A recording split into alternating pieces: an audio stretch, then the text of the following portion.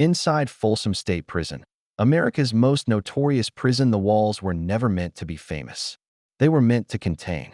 Yet for more than a century, the name Folsom State Prison has carried a weight that reaches far beyond its stone and steel. According to public records, it is one of California's oldest prisons, opened in 1880, built not only to punish crime, but to symbolize authority at a time when the state itself was still defining what justice meant. What most people don't realize is that behind the legend, behind the songs, the headlines, and the myths, lies a quieter, more unsettling story. A story about power, cost, and consequences. And it all begins with a contradiction that still hasn't been resolved. Folsom was built to isolate the most dangerous men of its era. Yet today it sits just miles from suburban neighborhoods, funded year after year by taxpayers who will never see its interior. It was designed to be self-sustaining, but according to state budget reports, it has become part of a correctional system that costs California billions annually. It was supposed to deter crime, yet many of the men who pass through its gates are products of the same cycles that built it in the first place. This is not a ghost story. This is not a myth. This is a documented history, shaped by policy decisions, court rulings, and human behavior. The first thing you notice about Folsom State Prison is the sound. According to former correctional officers interviewed in news reports, it's not shouting or alarms that dominate the day. It's the constant echo of metal, doors sliding, gates locking, chains clinking, a mechanical rhythm that never fully stops. The prison was carved directly into granite, quarried by inmates themselves in the late 19th century, a fact documented in historical records. Every block, every wall, every narrow corridor was built with forced labor long before modern prison labor laws existed. That history matters because it shaped everything that followed. According to state archives, Folsom was originally intended for long-term incarceration of men convicted of serious crimes, including murder and armed robbery. Executions were carried out here for decades, including hangings in the early years, a fact confirmed by historical documentation. Over time, the prison gained a reputation not just for harsh conditions, but for the type of inmate it housed. This was not a county jail where people waited for trial. This was where sentences were meant to be served, sometimes for life. By the mid-20th century, Folsom had already become a symbol. News reports from the era described riots, escape attempts, and violent confrontations between inmates and staff. In 1937, a major riot erupted inside the prison, resulting in deaths and significant structural damage. According to official reports, it was one of the most serious prison uprisings in California history at the time.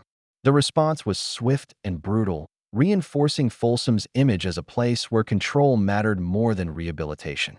But the legend didn't spread because of violence alone. It spread because Folsom became profitable as an idea. When Johnny Cash performed his famous concert inside the prison in 1968, it wasn't just a musical event. According to cultural historians, it cemented Folsom as a symbol of outlaw justice in the American imagination. The prison became shorthand for toughness, punishment, and moral consequence.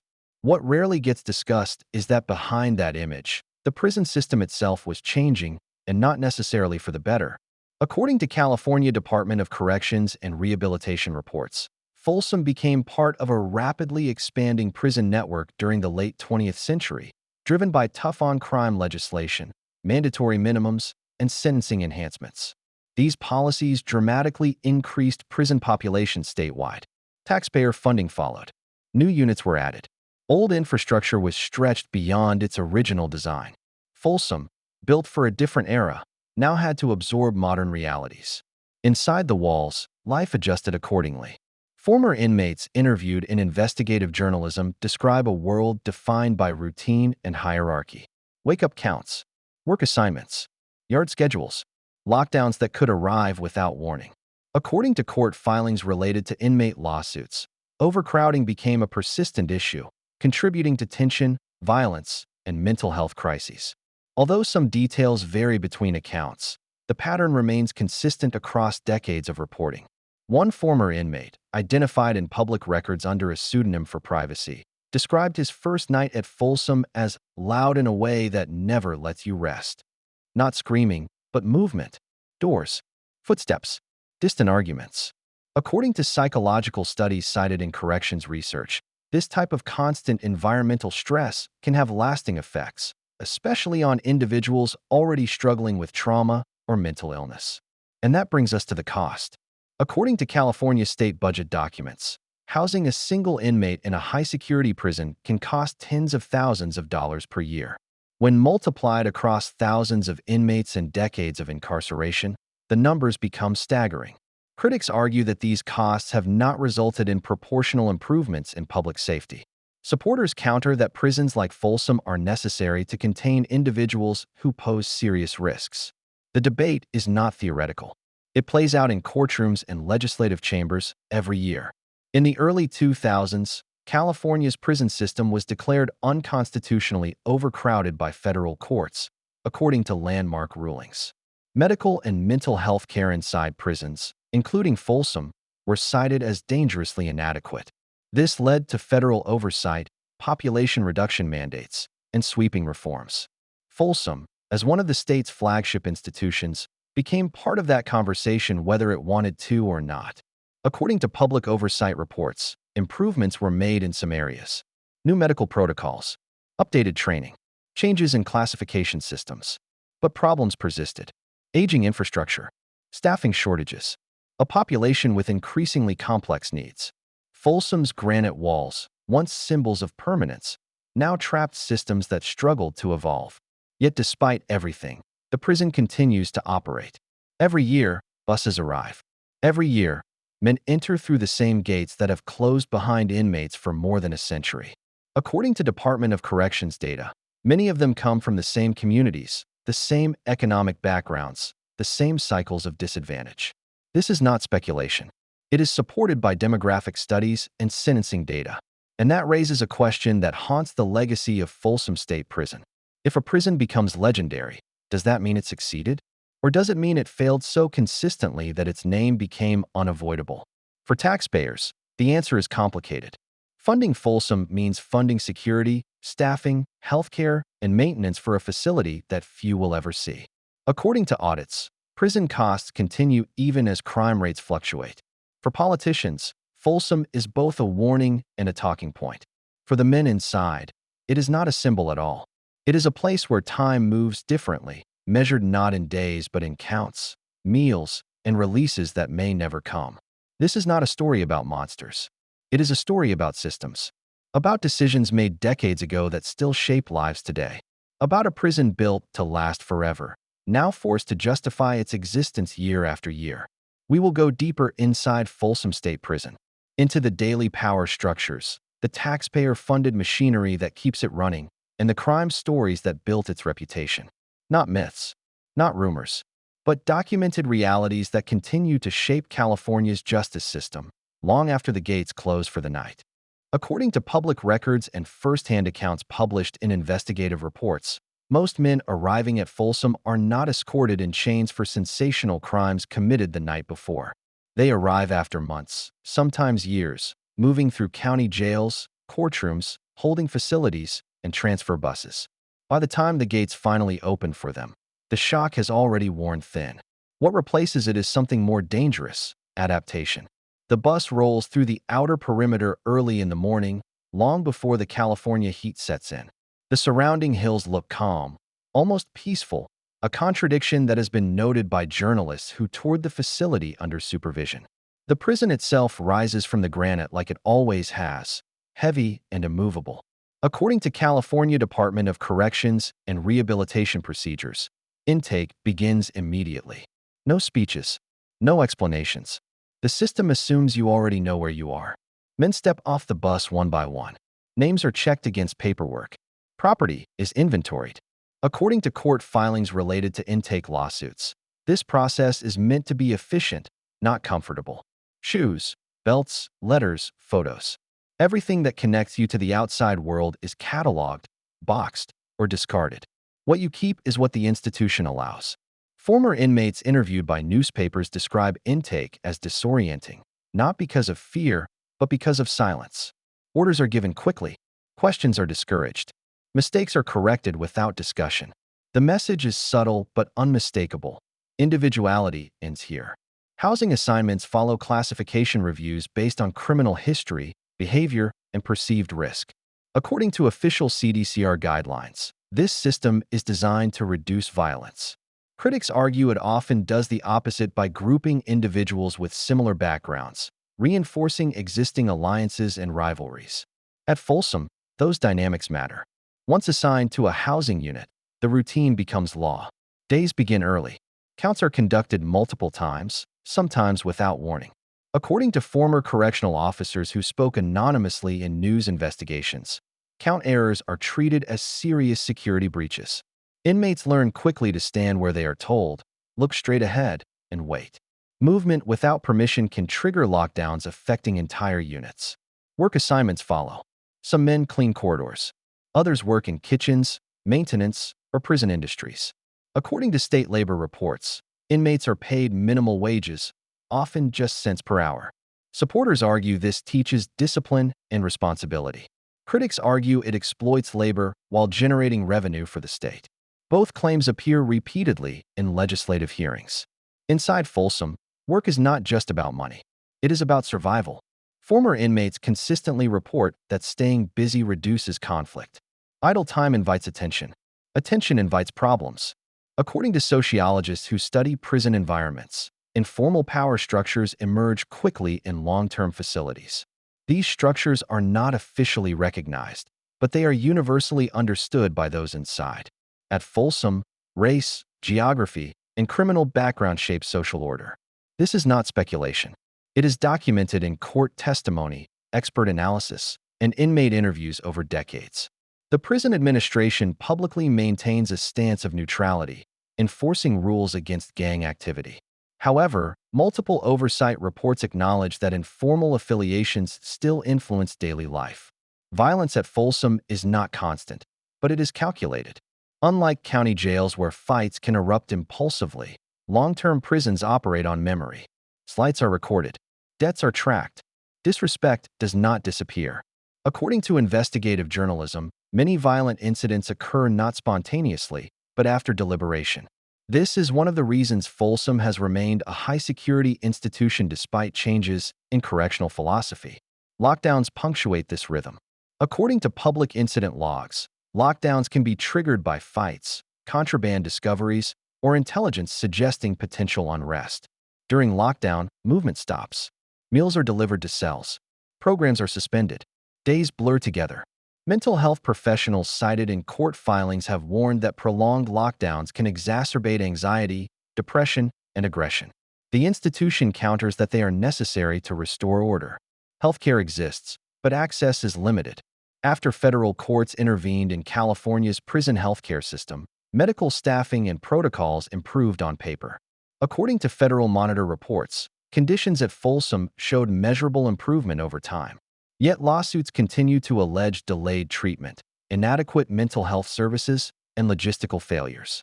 Some claims are disputed. Others have resulted in settlements. The pattern remains unresolved. One former inmate, identified under a pseudonym in a published affidavit, described waiting weeks for treatment of a chronic condition. "You learn to live with pain," he wrote. "Complaining doesn't make it faster. It just makes you visible." Visibility inside prison is dangerous. Guards are not villains in this story, but they are not heroes either. According to union statements and investigative reports, correctional officers at Folsom face staffing shortages, mandatory overtime, and high stress. Assaults on staff have been documented, as have disciplinary actions against officers for misconduct. Both realities exist simultaneously. The relationship between inmates and staff is transactional. Rules are enforced. Boundaries are tested. Respect, real or perceived, becomes currency. According to criminologists, this balance is fragile. When it breaks, consequences ripple outward. Folsom's reputation for violence is real, but often misunderstood. Statistical data shows that serious incidents have declined compared to peak decades, particularly the 1980s and 1990s. However, the severity of incidents that do occur remains high. Weapons are improvised. Attacks are targeted. According to court records, some assaults result in life-altering injuries or death. Each incident generates reports, investigations, and lawsuits. The cycle continues. Taxpayers rarely see these details. What they see are budget lines, staffing numbers, reform initiatives, headlines when something goes wrong. According to state fiscal analyses, prisons like Folsom consume vast resources even as policymakers debate alternatives like rehabilitation, diversion, and early release programs. Supporters argue that Folsom houses individuals who cannot safely exist elsewhere. Critics argue that long sentences without meaningful intervention guarantee recidivism. Inside, those debates feel abstract. For the men living there, time is the dominant force. Sentences stretch years into the future. Parole hearings come and go.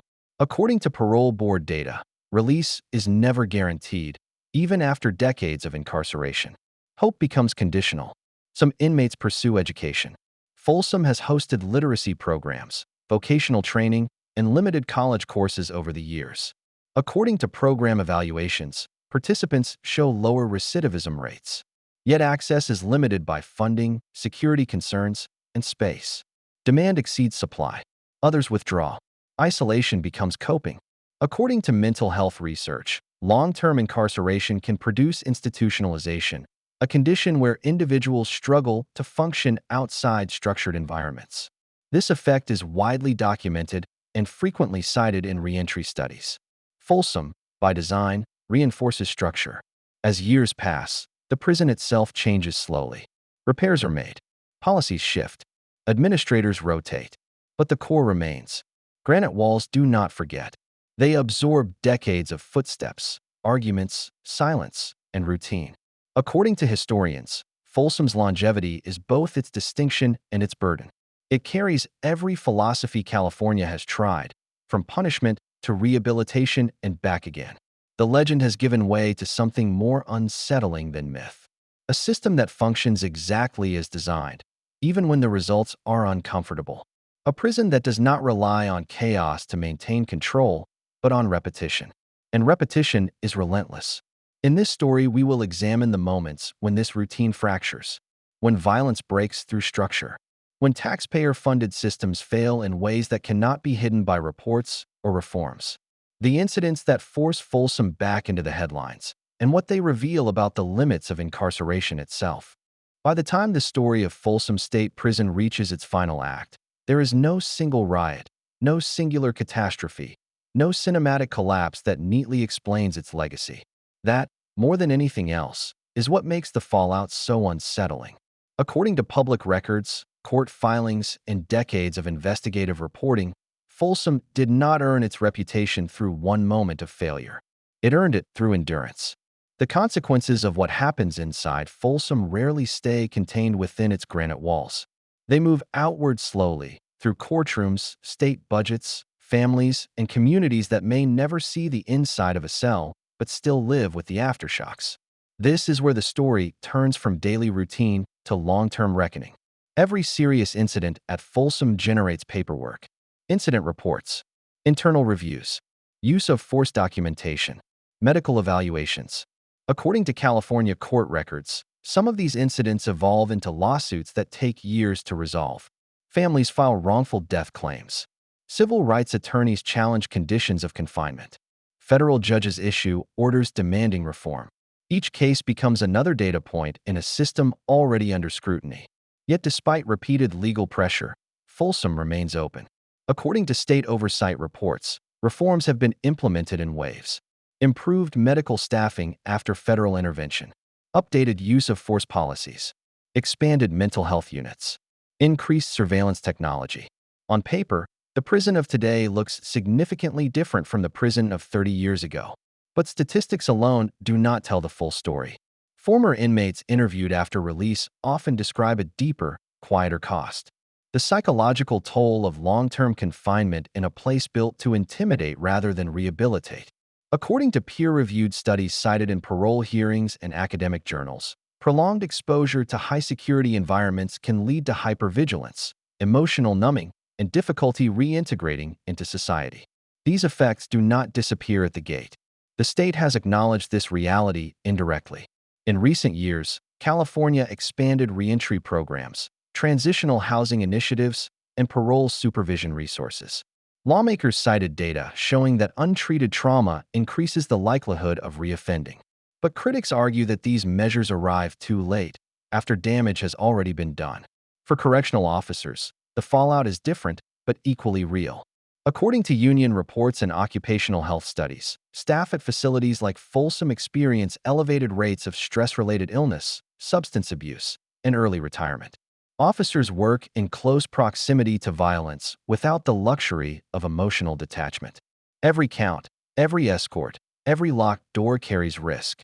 When incidents occur, officers are scrutinized from multiple directions at once: internal affairs, civil courts, media outlets, and public opinion. Some are cleared.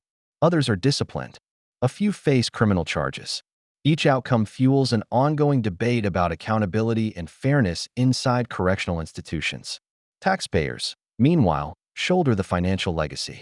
According to state budget analyses, the cost of incarcerating one individual at a high-security prison like Folsom far exceeds the cost of prevention or community-based programs.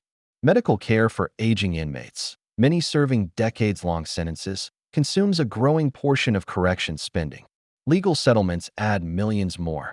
The question raised repeatedly in legislative hearings is not whether Folsom is expensive, but whether it is sustainable. Support Fletcher for the prison system argue that facilities like Folsom house individuals convicted of serious crimes who pose ongoing risks. They point to victims, public safety concerns, and the responsibility of the state to enforce consequences. Critics counter that punishment without meaningful rehabilitation creates a revolving door that ultimately harms public safety rather than protecting it. Both sides cite evidence. Neither offers a simple answer. The prison's cultural legacy complicates the conversation further. Folsom is not just a correctional facility. It is a symbol.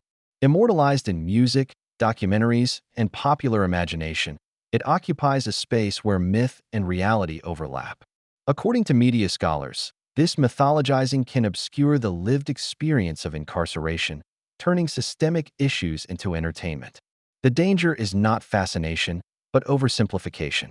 Inside the walls, the legacy is more personal. Men who leave Folsom after years or decades often describe a strange mixture of relief and loss. According to parole interviews and post-release reporting, some struggle with decision-making in an unstructured world.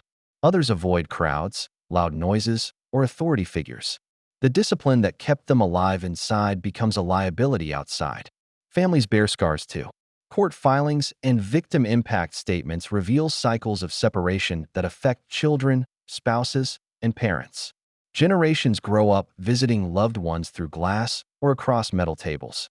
According to social science research, these disruptions increase the likelihood of poverty, educational setbacks, and future justice system involvement.